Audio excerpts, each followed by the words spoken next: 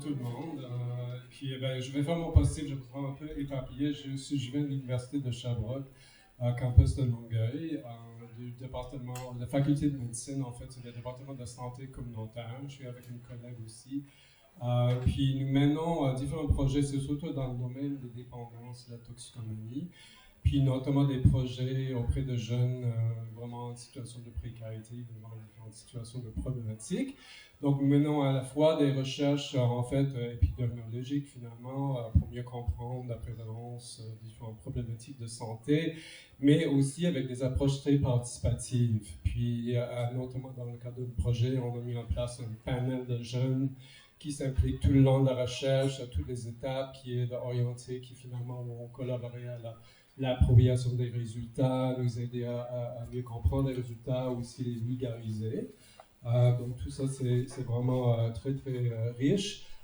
Puis on souhaite aussi, avec ces jeunes, mettre en place un projet de création artistique. C'est aussi une approche très aidante pour essayer de aussi permettre aux gens de vulgariser ce type de recherche plutôt médicale. Donc, entre autres, c'est le souhait de ces jeunes-là de procéder à la création d'une pièce de théâtre qui va leur permettre un peu de réagir aux résultats de recherche, exprimer leur point de vue.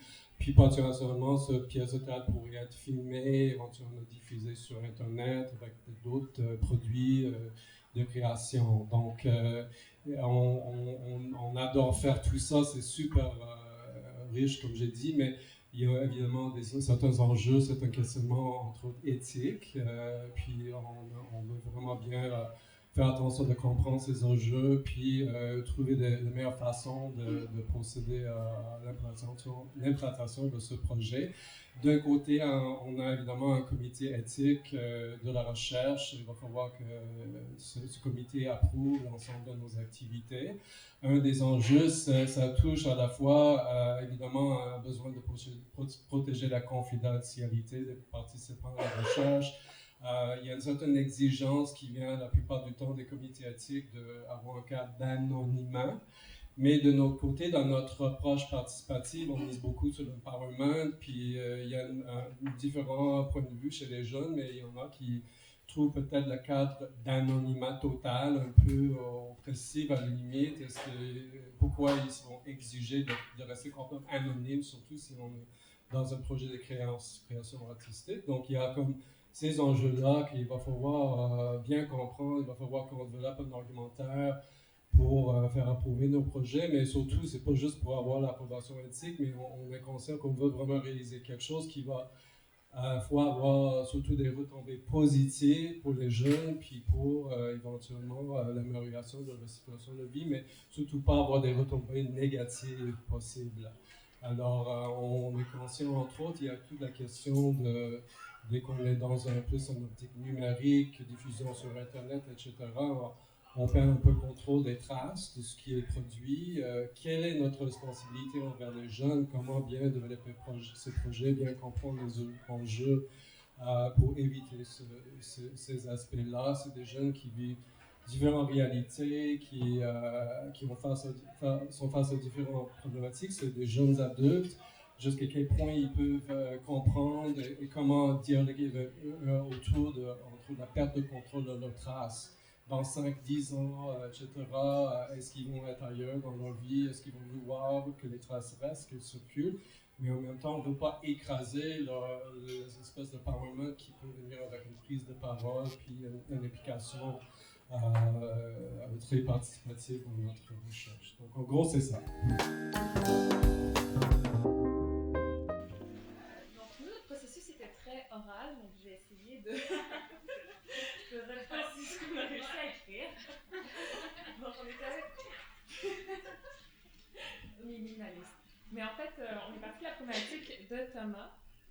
Puis on a identifié une question positive qui était, dans un contexte de recherche médicale, comment créer des conditions favorables à l'expression artistique du participant qui est à la fois co-chercheur et co-créateur. Donc, le premier piège de nos discussions, c'est aussi de trouver une solution immédiatement, vu que la plupart on travaille en culture, donc on voulait plus montrer des exemples de cas. Puis finalement, c'est parti de la contrainte, on ne peut pas la briser, c'est le comité d'éthique impose l'anonymat, donc il faut utiliser l'anonymat comme un levier créatif.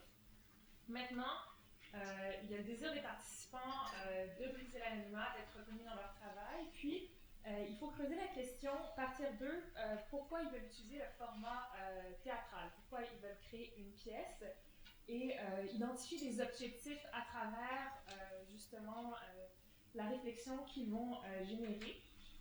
Puis il y a il faut étudier le processus de création explicite, donc peut-être l'épauler par une personne ressource qui serait un médiateur, un enseignant. J'aimerais spécifier qu'on a déchiré ici l'artiste thérapeute sous les conseils de Thomas qui était... J'ai rien contre... J'explique. C'est très éclairant, c'est que c'est souvent un public qui est dans un processus de réintégration. J'ai entouré par beaucoup de professionnels de la santé ou sociaux. Donc, avoir un artiste thérapeute, c'est dédoubler un processus de thérapie qui peut paraître lourd et on s'éloigne un peu de l'objectif qui est justement de désir de création artistique. Donc, on veut agir plus avec des médiateurs ou des professionnels d'art. Donc, le premier pas, après avoir justement généré cette discussion, il faudrait mettre en contact les participants avec différentes formes d'art, puis peut-être des professionnels de l'art vivant, pour qu'ils puissent identifier justement un format qui serait idéal. Après, oui, c'est ça, il faut choisir un format de création, puis il faudrait offrir différents degrés de visibilité. Parce que certains participants veulent être reconnus pour leur travail via l'imposition de l'anonymat. Puis, dans les suggestions qu'on a proposées, c'était justement que la pièce pourrait être montrée à un auditoire. Bon, je saute des étapes. Donc, l'artiste professionnel va soutenir la création. Puis, finalement, il pourrait avoir une présentation. C'est une suggestion, selon ce qui va être adopté ou pas, d'un public sélectionné. Donc, ça respecte le cadre éthique de l'anonymat, mais dans le cadre de recherche, il pourra avoir un public